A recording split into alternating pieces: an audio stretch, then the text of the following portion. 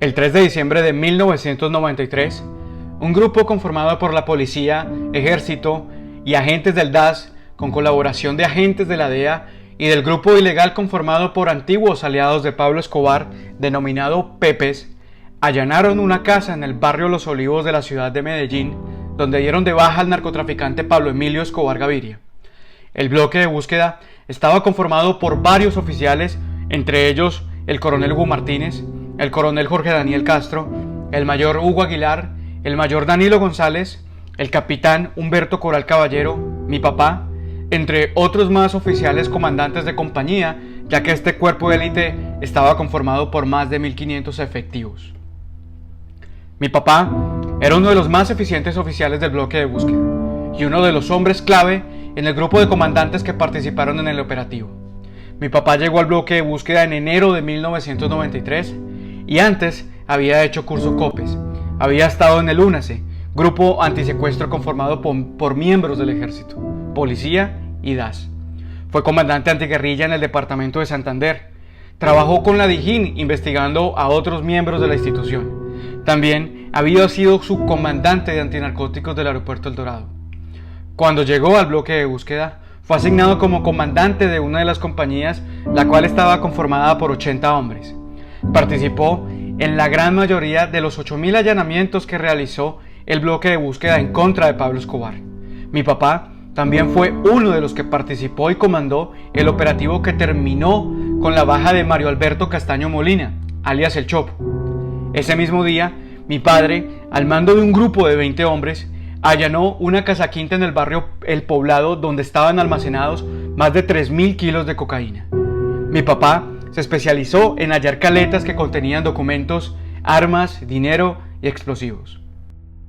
Esta información la pueden verificar en la revista Semana en su edición 626, de la cual mi papá fue portada, y de una entrevista hecha al subdirector de la policía de la época. Mi papá también fue el encargado de realizar la toma y allanamiento al Hotel Intercontinental y más de 57 casas a la redonda para capturar a 2 hombres que entregaron información sobre Pablo Escobar y sus lugartenientes. Con esta información se montó la operación que permitió dar de baja a Alfonso León Puerta Muñoz, alias El Angelito.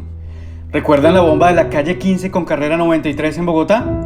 Mi papá dirigió el operativo que culminó con la captura de los terroristas que habían realizado dicho atentado. Finalmente, 4 días antes de la muerte de Escobar, el bloque de búsqueda tenía listo el operativo.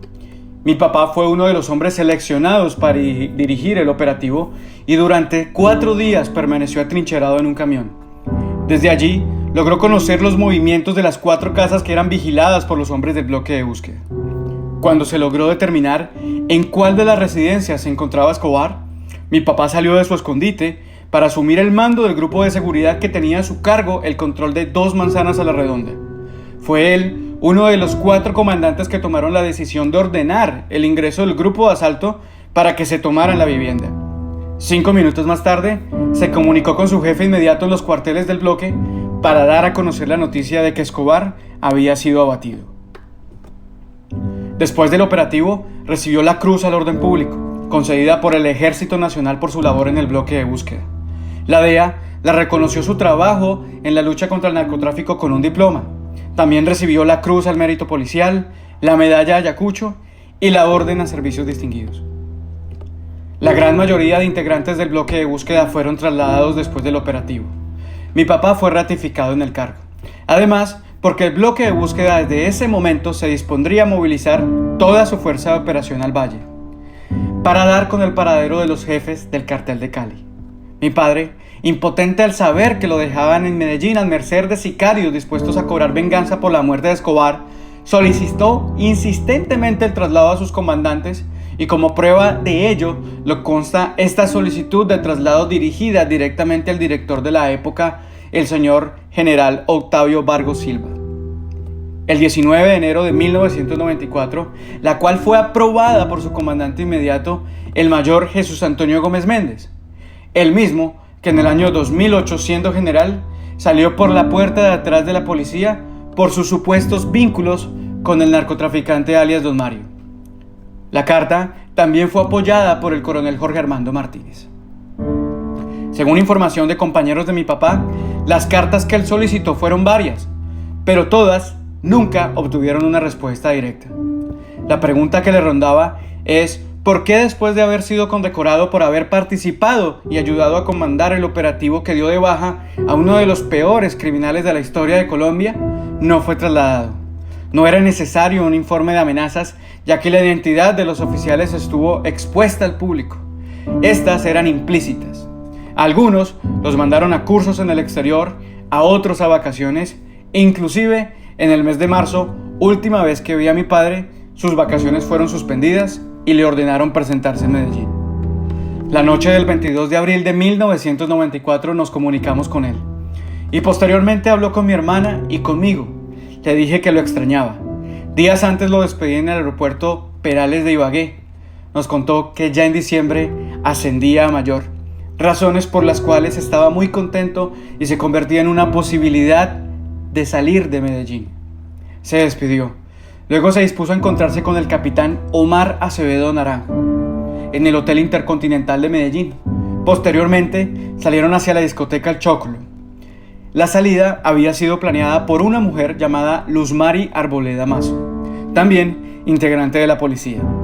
Solo estuvieron hasta la 1 de la mañana y mi papá decidió llevar a la mujer hacia su casa. Fueron interceptados por un vehículo taxi Mazda. Los ocupantes se bajan y encañonan a mi papá. Se subieron, lo bajaron y lo colocaron en la parte posterior del vehículo y arrancaron hacia el barrio Los Olivos.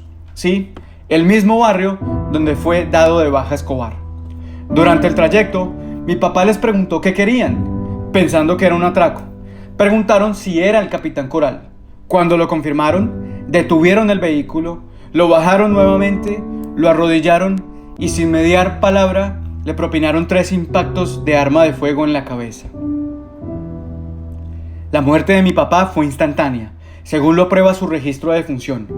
Choque neurogénico por contusión medular por proyectil arma de fuego. Pero extrañamente, el informe administrativo por muerte indica que mi papá llegó con vida al Hospital San José. ¿Cómo puede llegar alguien con vida a un hospital con su cráneo destrozado? Inclusive, fueron 2 disparos debajo del mentón con salida posterior y uno al lado del ojo también con salida. Tampoco se hizo un levantamiento del cuerpo en el sitio de los hechos porque la escena fue manipulada y el cuerpo fue removido. Se convertiría entonces en la primera inconsistencia y dudas en torno a su muerte. El relato de la muerte es impreciso. El Tribunal Administrativo de Medellín cita la narración de los hechos de la señora Luzmari Arboleda Mazo, testigo directo de los hechos, de esta manera. Humberto les preguntó: «Bueno, muchachos, ¿qué quieren?». Entonces el chofer le dijo: «Billete». El de atrás respondió: «Mucho billete». El capitán Coral le responde: «No hay problema, yo les doy el dinero que quieran». Él no tenía mucho dinero en efectivo. El chofer me dijo: «A ver, ¿y usted?». Yo le dije: «Yo tengo un dinero en la billetera». Ahí abrí el bolso y le entregué la billetera, pero yo en realidad no tenía dinero. Lo hice con la intención de que el bolso me quedara abierto, ya que ahí cargaba mi revólver. Uno de los sujetos de atrás dijo que queremos el carro también. El capitán Coral le respondió: «No hay problema, llévense en el carro». Uno de los sujetos le dijo: «Bájese», y le hizo señas con la mano. Los otros 2 se quedaron conmigo en el carro y el otro me seguía encañonando. El conductor me dijo: «No te bajes». En ese momento escuché un disparo. Yo volteé la cabeza hacia atrás. El sujeto que me encañonaba se bajó y cuando vi que el capitán Coral se desplomaba, entonces en ese momento saqué el revólver y le hice un disparo al conductor. Él me cogió las manos, forcejeé con ellos, gritaba y él llamaba a uno de sus compañeros. Le decía: «Esta perra también tiene fierro». Vino el otro sujeto y entre los 2 me quitaron el revólver. Yo me iba a bajar del carro por la puerta del lado derecho, pero la puerta no abría. Entonces en ese momento venía el tipo que me requisó la cintura. Venía con un revólver en la mano. Los vidrios estaban cerrados y yo no podía abrir la puerta. Otro lo llamó: «Vamos, que hay mucha gente». O sea, la gente se estaba asomando a los balcones por los disparos. Entonces se fueron y yo me bajé por la puerta en donde estaba el conductor. Lo más increíble de este relato es: 1. ¿Por qué no informan que la mujer que lo acompañaba era suboficial de la policía? 2.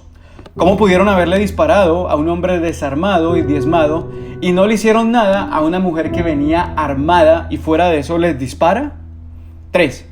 En la unidad 1 de vida de la Fiscalía de Medellín se encontró un informe balístico sobre el arma que tenía la mujer y que efectivamente fue accionada. Pero la señora se contradice, ya que indica que el arma que ella traía se la quitaron los asaltantes. Pero la Fiscalía después la tiene en su poder. Y tampoco nunca se hizo un informe para cotejar si las balas que asesinaron a mi papá salieron de ese revólver. 4. ¿Por qué nunca se hizo una investigación en contra del capitán Omar Acevedo? 5. ¿Cómo es posible que la policía haya recuperado tiempo después el revólver de mi papá sin haber capturado a nadie? El relato de la mujer es inverosímil, por cuanto indica que pudo forcejear con 2 tipos armados. Meses después, y por información de mi propia familia, indican que la mujer fue asesinada en Medellín. Pasaron 20 años y descubrí que la mujer está viva, retirada de la policía y vive en los Estados Unidos. ¿Por qué la policía mintió de esta manera? Es más, también les informaron a algunos familiares que los sicarios fueron asesinados por efectivos de la policía, como si lo que buscara mi familia fuera venganza y no justicia. A la luz de todo, una evidente falacia para que la familia no hiciera nada por investigar. Tenía 8 años cuando mataron a mi papá. Nunca creí esa versión, pero la manipulación ha funcionado con el resto de mi familia hasta ahora. Cuando me pregunto quién mató a mi papá, en realidad me pregunto ¿por qué lo mataron? Saber quién es irrelevante, puesto que se trató de un plan para silenciarlo. ¿De qué? Pero esto es solo el comienzo. La policía informa que su muerte fue en servicio activo, pero no por razones del mismo.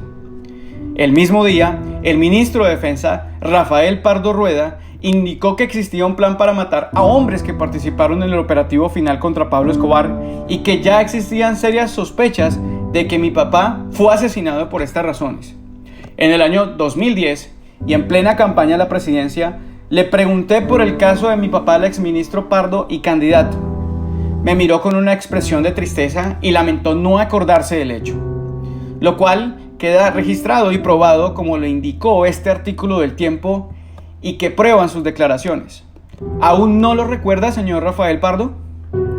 9 meses más tarde, mediante decreto número 39, el Ministerio de Defensa calificó la muerte de mi papá como en actos especiales del servicio y por acción directa del enemigo, por lo cual le otorgó el ascenso póstumo a mayor. Con ello, el gobierno se reivindicó de su información que supuestamente a mi papá lo habían matado por robarlo o por un problema pasional. Y si fue así, ¿por qué jamás capturaron al asesino? Pero si el gobierno, mediante su investigación, supo que mi papá fue muerto por el enemigo, se le olvidó indicar cuál fue el enemigo. Después de buscar en archivos de noticias durante años, encontré otro de la revista Semana donde se mencionan a un grupo misterioso llamado Mucali. En una declaración, el propio ex fiscal general de la Nación, Gustavo de Grief, indicó que mi papá había sido muerto por este grupo. Pero, ¿qué era el Mucali? Según sus siglas, Mucali significaba Muerte al Cartel de Cali, grupo que supuestamente se creó para continuar la guerra entre los residuos del Cartel de Medellín contra el Cartel de Cali. Según hechos noticiosos de la época, este grupo fue el mismo que realizó las amenazas de muerte en contra del profesor Francisco Maturana, director técnico de Colombia en 1994, por supuestamente relacionarlo con el Cartel de Cali, indicando que el reloj Cartier que tenía fue un regalo que le hizo los Rodríguez Orejuela al técnico chocuano. Dicho mensaje fue transmitido por el noticiero QAP de la época. Pero lo más sorprendente es que no existe mayor información sobre este grupo. ¿Acaso fue un grupo ficticio inventado por las autoridades para justificar hechos violentos en Medellín y en Cali? ¿O para poder justificar la muerte de mi papá y esconder los verdaderos asesinos? Durante años busqué pistas que me llevaran a encontrar vestigios o luces sobre el autor de la muerte de mi papá. En el año 2008 encontré lo primero. Mi padre, cuando trabajó de subcomandante antinarcóticos en 1991 en el aeropuerto El Dorado, incautó 23 kilos de cocaína a un piloto de Avianca. Noticia que usted puede confirmar en este enlace del Tiempo. Pero la noticia no dice que mi papá tuvo un problema muy serio con el mayor, el cual revisaba los aviones de Avianca. En uno de estos, mi papá y sus hombres descubrieron la droga, la cual le reportó a su jefe inmediato, pero este le pidió quedarse callado y que le pasaban una fuerte suma de dinero. Mi papá se negó y le reportó al coronel, quien fungía como comandante de policía antinarcóticos. Como fue lógico, el mayor fue detenido y echado de la policía. Mi papá fue trasladado a Medellín y se supo que este mayor había afirmado que mi papá debía pagar con su vida el hecho de haberlo delatado. La información hace parte de miles de hipótesis recopiladas por muchos años, hasta que en el año 2014 fui a la fiscalía, a la unidad 1 de vida, donde logré adquirir una declaración hecha por un ex paramilitar que había sido policía. Este tenía el alias de Polocho. Estando en el bloque de búsqueda empezó a colaborar con los Pepes y estaba al mando del coronel Danilo González, integrante del bloque de búsqueda y compañero de curso del mayor Hugo Aguilar, quien fue el que se autoproclamó como el verdugo de Pablo Escobar. El entonces mayor Danilo González era el enlace del cartel de Cali con los Pepes.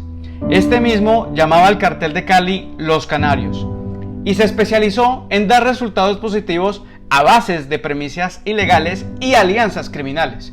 El mayor Danilo González fue el autor de más de 95 homicidios, torturaba a quien capturaba, era un violador de derechos humanos. El mismo Hugo Aguilar, en su libro Así maté a Pablo Escobar, confiesa que estando en el bloque de búsqueda, él y su compañero González violaron derechos humanos, torturaron y fueron los autores de un carrobomba en la casa de la esposa y la mamá de Pablo Escobar, acción que fue cometida con ayuda del sargento Guerrero y del agente Armando Murcia, expertos en explosivos.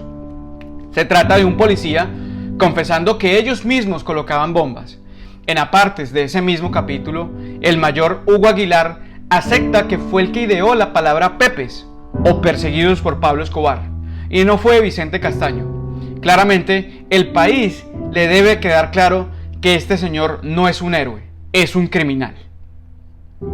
El día del operativo de Escobar es claro. Quienes llegaron primero fue un grupo de los Pepes, liderados por el comandante paramilitar alias Don Berna. Estaba al mando de 20 hombres entre paramilitares y policías.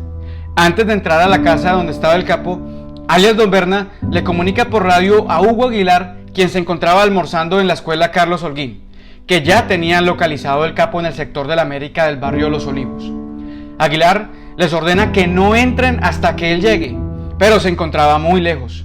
La escuela Carlos Holguín no queda en Medellín, queda en Bello, casi de extremo a extremo, y el trayecto de llegada del mayor Aguilar iba a tomar 40 minutos.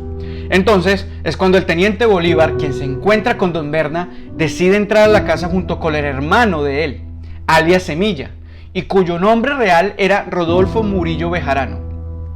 Derriban la puerta, Pablo Escobar sale a correr por la ventana que da al techo de la casa siguiente, y es cuando el hermano de Don Berna, quien había recibido curso de tiro en la escuela Carlos Holguín, apunta a la cabeza del capo con una M16 calibre 5.56, dándole muerte instantáneamente. Es claro, mi papá, quien hacía parte del grupo operativo uniformado, porque cabe señalar que estos mercenarios andaban de civil, tenía conocimiento de las relaciones que tenían los Pepes con el bloque de búsqueda y con el beneplácito del gobierno de César Gaviria. Ese día no ganó la institucionalidad, ganó el crimen sobre el crimen. Unos bandidos derrotaron a otros bandidos. Esos bandidos llamados Pepes fueron los mismos que un año después crean las Autodefensas Unidas de Colombia y se aliaron con las Convivir, grupo legal creado por el gobierno de Samper e impulsado por el gobernador de Antioquia de 1995, el señor Álvaro Uribe Vélez. Grupos que causaron innumerables masacres y se acrecentó la guerra en Colombia. Después de la muerte de Escobar, mi padre y varios oficiales no estaban contentos. Sentían un desazón, ya que ahora les tocaba luchar contra Otumal, el cartel de Cali, y aún peor, la corrupción interior. La fragmentación de grandes carteles que dio como origen los cartelitos del norte del valle, donde nacieron narcos como Rasguño, Don Mario, Chupeta, Don Efra, los hermanos Henao, Don Diego y hasta el propio asesino de policías, el coronel Danilo González, convertido en un narco más.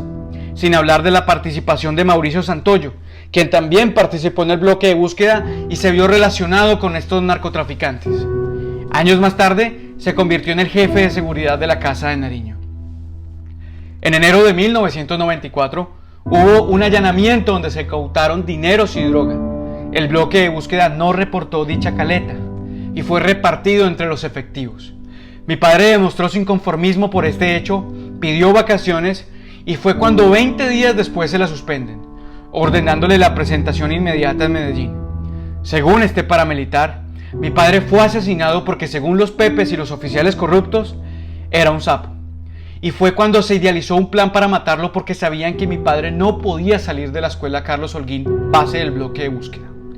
Diseñaron una manera de sacarlo sin hablar de quien firma su carta de traslado, y como lo prueba en esta carta, es el mismo Jesús Antonio Gómez Méndez, que años más tarde, y como ya lo dije en este video, salió por la puerta de atrás por sus supuestos vínculos con alias Don Mario.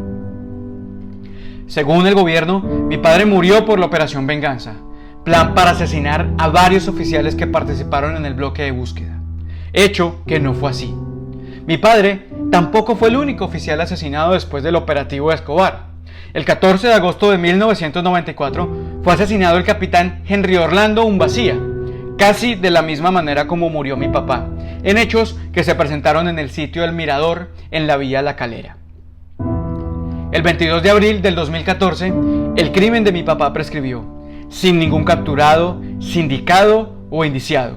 Es más, durante años la investigación se archivó. En el área administrativa también perdimos. El Tribunal Administrativo de Antioquia exoneró de responsabilidad al Estado y a la policía por el proceso de reparación directa, ya que indicó que un traslado de un policía no era ni una obligación ni una medida de protección válida para ellos. Haya hecho lo que haya hecho. En segunda instancia, el Consejo de Estado no revisó absolutamente nada.